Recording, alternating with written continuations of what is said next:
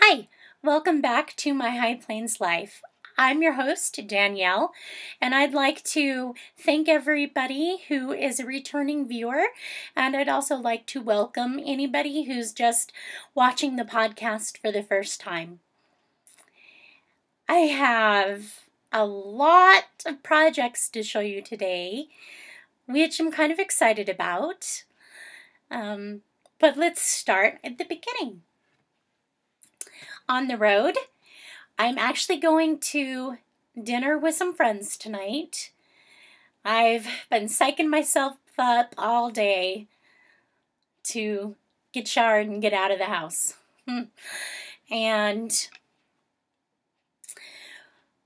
we're going to dinner tonight, and we're going to plan our end of the year September ride. And we usually take a long weekend and try and find some place that has another festival or event or something going on, and take that weekend, do some riding, and just enjoy ourselves. It is the end of the season already, which I can't believe because I've hardly rode my bike at all this year. Yeah, I'll probably put more miles on it in this one weekend than I have all summer. Oh well. But I'm going to get in a ride, and that's what counts. Once we decide where we're going, I'll let you know all our plans. There might even be a podcast on location. We'll see. Second, on the needles. I have a lot of stuff on the needles. Let's start with the list.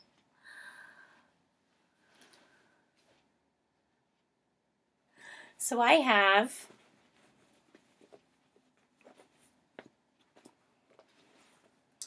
my Atlantic Current socks.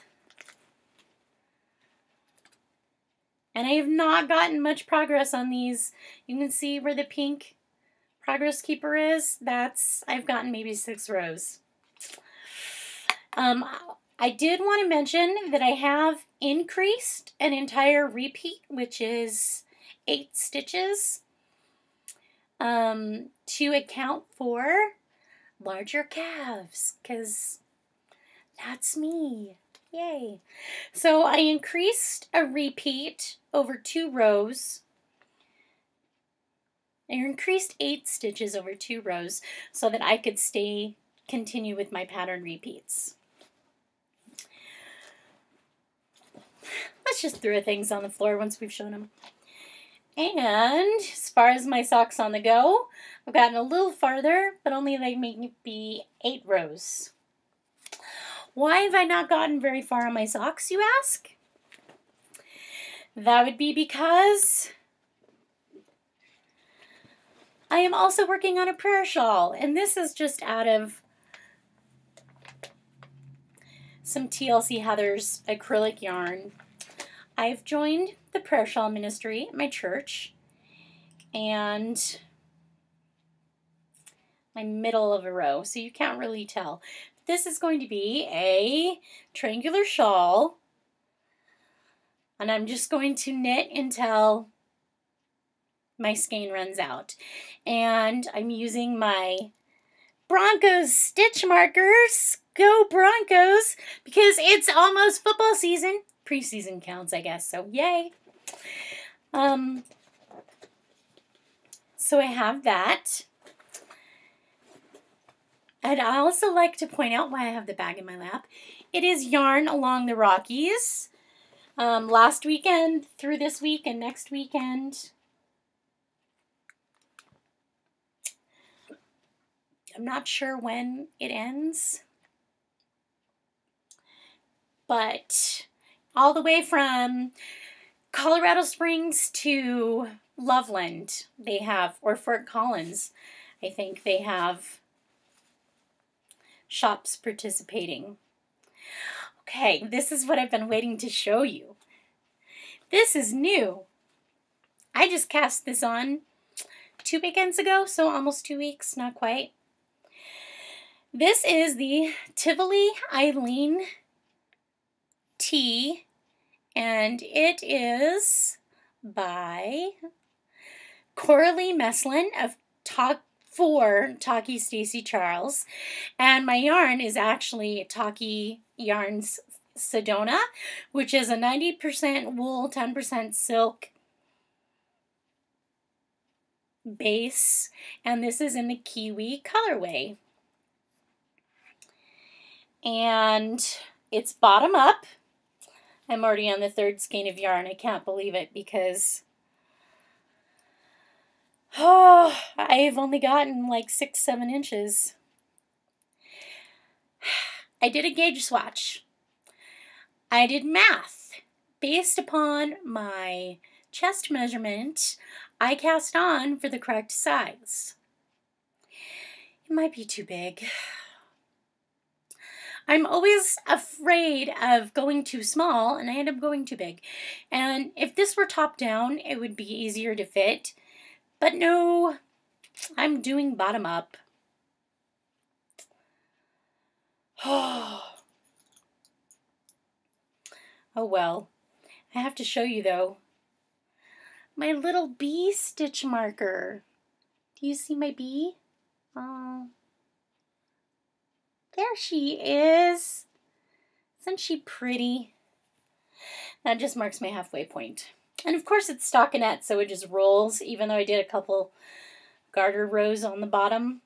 Doesn't matter, it rolls. But I am very excited. So that's kind of what I've been working on in the evenings, is just stockinette in the round and round and round in the evenings.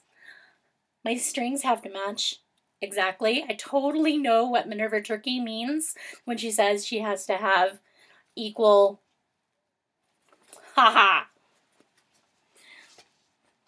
amounts. Okay, so those are my knitting projects. I have knitting acquisitions also.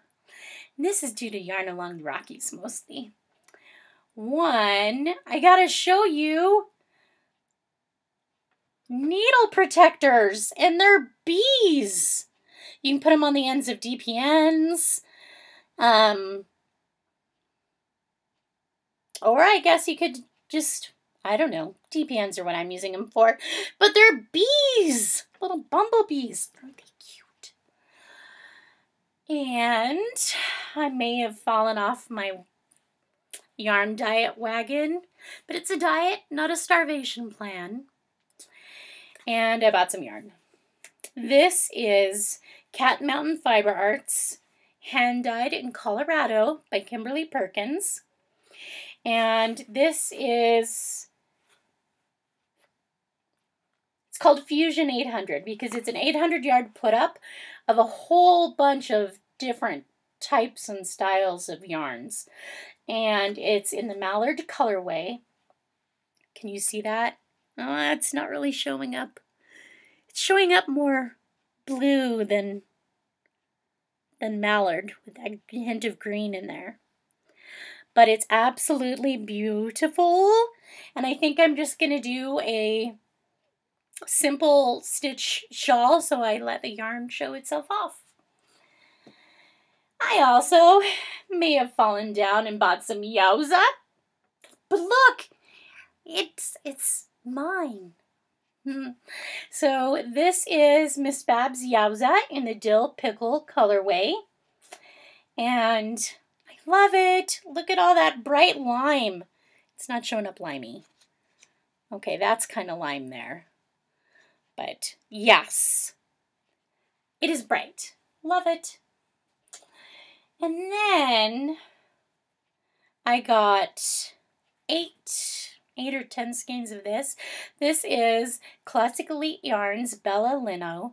It's linen, viscose, and cotton blend. And I got this on sale.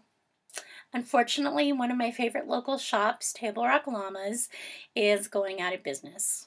So they have a lot of their stuff on sale.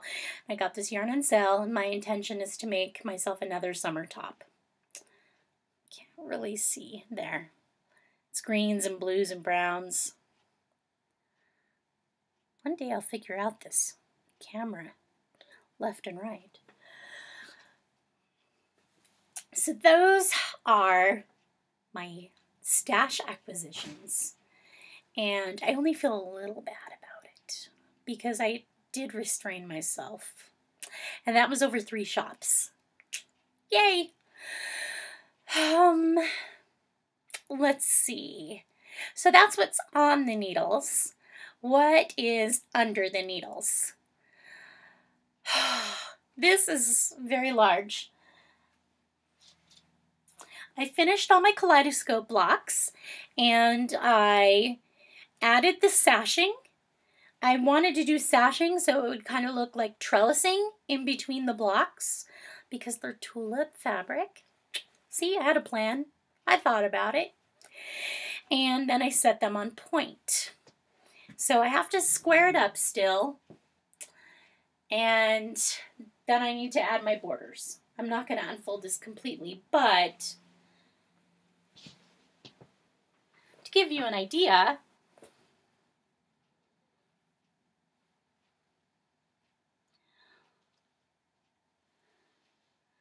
that's what it looks like.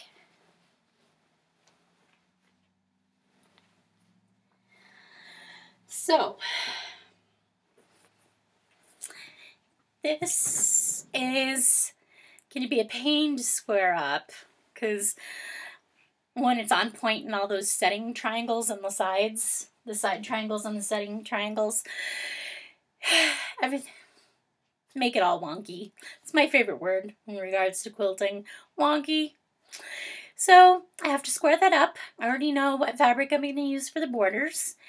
But I've got that on pause for the moment because I have family coming into town next weekend and my craft room is being turned into a guest room for the children. So yay, my nieces are coming. And they'll sleep in here, so I'm trying to not start anything new and get stuff put away. So that's the plan. That is what I have under the needles. Let's see what's next. In the garden, I harvested my hops. I harvested them. I just went out with a kitchen shears and clipped off my hops off the vine and got myself no, it's not Biaggi's, a bag full of hops and spread them out on a screen and let them dry. And now I'm going to put them in Ziploc bags and freeze them. And this is what my hops look like. So they're just these little flowers. My whole craft room smells like hops now. Off screen. And the leaves dry out and turn papery. And you get this yellow lupulin, which is what makes it smell so good. So my hops, my centennial hops were harvested. And hops for everyone.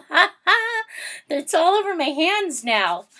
Oh, it smells so good. And I do have a short clip to show you, but it's not really anything new. So here are my centennial hops, and it's a little late for some, but I am going to go ahead and harvest the rest of them and just collect them in my paper bag, and then we'll lay them out on screens to dry, and then we'll put them in Ziploc bags. I also have a short clip of my mint and my anise hyssop that are still blooming in the garden. And my mint had bumblebees and honeybees and other pollinators all over it. So that was kind of exciting. And it's a reminder of why it's good to have something blooming all throughout the season, not just in the spring, but throughout the summer and into the fall, so that our native insects and, that's my dog, pollinators continue to have something throughout the year. One of the last things still blooming in my garden is my anise hyssop, and it's still blooming pretty well. This is my peppermint, and as you can see, I have honeybees. As the wind blows it, if I can view it, I still have honeybees foraging on it. And a couple of wasps. I don't know where they came from.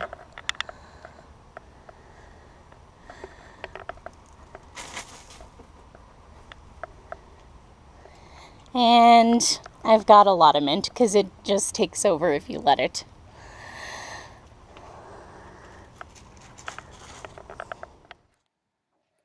In the bee yard, one of you, and actually I think it's, let me check. It was Lisa Marie who asked how I got into beekeeping. And the main reason for that was I had a garden.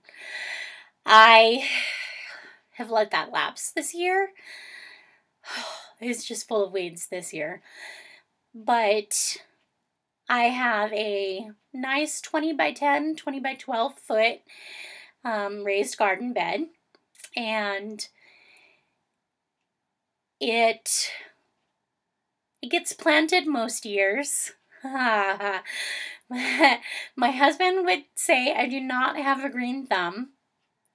And so basically, I want all the help I can get.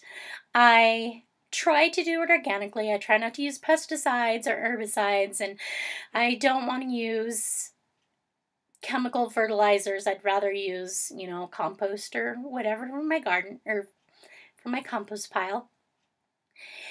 And I was having to go out and fertilize my pumpkins and my cucumbers and my squash by hand, like, with a little feather brush or a Q-tip,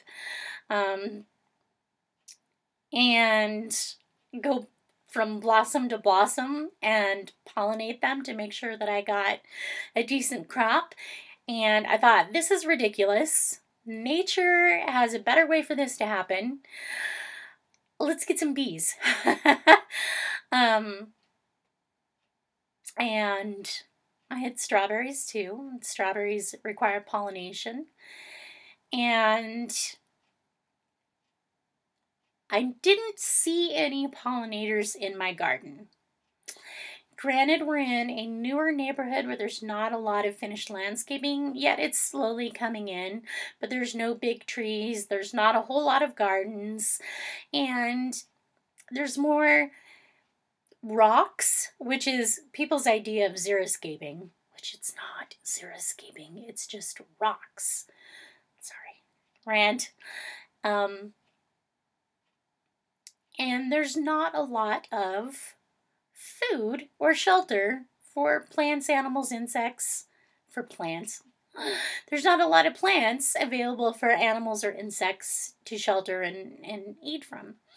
So I thought, let's plant. That created two things. Let's plant perennials so that we can have flowering throughout the season to provide food and shelter to the insects and bugs, the good bugs. And let's get a beehive and start our own pollinators. So I took the beginning beekeeping class through our local guild and learned a lot. There is tons of information online. Go to your local library, check out some books. YouTube has so many great videos today, I recommend the bee vlog. He just chronicled his exploits as a new beekeeper too, but he has did a lot of research and has some good information. Michael Bush has information out there. There is tons of information, and you can get all the information you need. The only thing that really helps is experience. And you can have 20 years of experience and things change on you. So it's constantly exciting. And I got a hive about 4 years ago with a friend. We both went in because neither one of us wanted to do it alone. So we went in together and had it out at a property where a friend was hosting. They hosted our bee hive on their property. And they did great through the first year, survived the winter, which was amazing, and then something happened. The queen quit laying, we killed the queen. I don't know what happened. There was also the Black Forest fire, and we think some of the bees might have absconded. There were still some there, but the queen was not there. And we had a case of a laying worker start. We attempted to re-queen, and that didn't work either. So that was a waste of a queen, and they all died. That was my second year of beekeeping. My third year of beekeeping, I bought 3 packages, 3 Italians. And a package is just a box with 3 pounds of bees and a queen to get you started. I already had comb drawn, so I was like, that'll work. And about 3 of them, in case 1 or 2 died, I'd have some spare. And I put all 3. At this time, I'd moved to, this is my 3rd year now, I'd moved to a nursery nearby, and they invited me they were hosting my hives on their property, and that's a good place to go because they have plants and flowering trees. Yay. And it's near to my house, so they're easy to check on. So I got 3 packages, installed them in hives, and one of them survived the winter. So now it's my 4th year,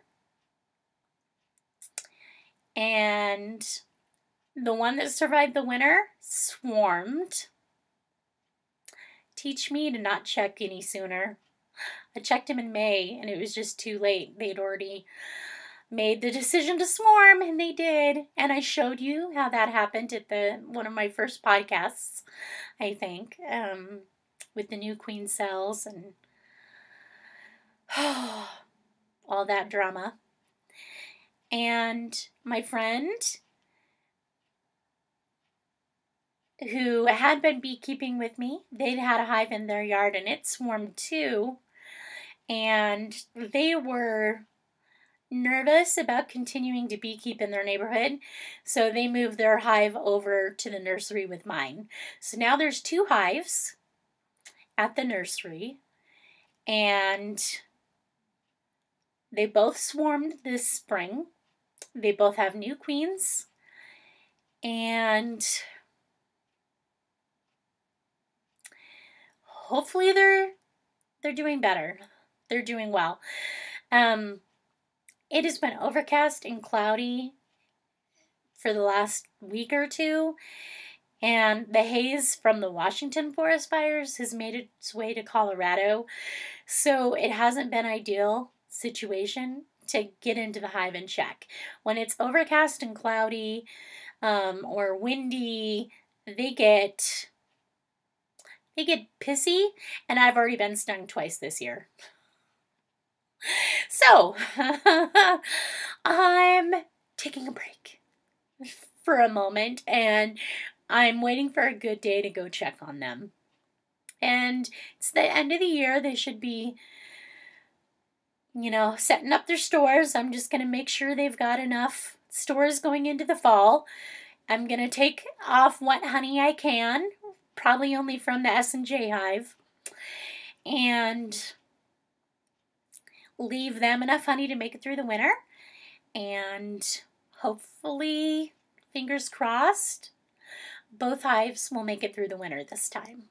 So that's my goal. And that's how I got into beekeeping. Now I don't have a garden, but I have hives. So that's what I do. Let's see. Off topic. I already showed you my yarn acquisitions and talked about Yarn Along the Rockies.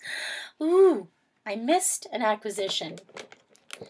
I do have some fiber that I got also. And this is, let's see if I can, oh, it's all taped up.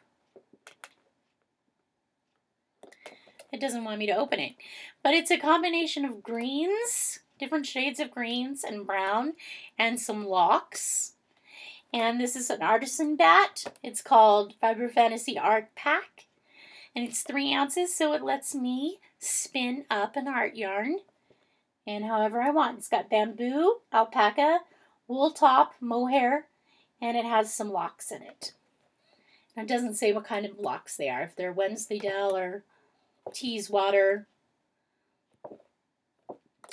or if they're the mohair locks. Who knows? But I got that. I'd also like to thank everybody who introduced themselves in the Ravelry group. Lisa Marie, Linda, Dorothy, and Patricia. It's so exciting reading about, your guys' interests and where you're all from and seeing how far out the blog has reached, I guess. So that's kind of exciting. Another thing that's, it's off topic, kind of on topic, is the DCS Pigskin Party 2015 starts with the regular football season. This is sponsored by the Downseller Studio podcast. Boston Jen. She is awesome. The podcast is awesome. And the Pigskin Party is a blast. Whips don't count, which is why I'm trying to finish everything up before regular season starts. Has to be cast on after regular season starts. And rules and conditions can be found in her Ravelry group. And I will include a link to it, I guess, to make it easier for you all to find. But this is such a great thing because there's like 20 or 25 different sponsors that provide prizes and discounts, which is just amazing. Some of them have up to 20-25% discounts on self-published patterns or bags or whatever they create. So that's amazing. And not only can you win prizes, but it lasts the entire football season. So you don't have to be bored watching football. You can work on your knit project for the DCS Pigskin Party. That's right. And there are special Monday Night Football bingo games, and interceptions, and a blitz project, and just tons of fun stuff. And it doesn't end until the Super Bowl. So that gives you a couple months and plenty of time to finish projects. And it's really exciting. I recommend you go over and take a look at that and come join us.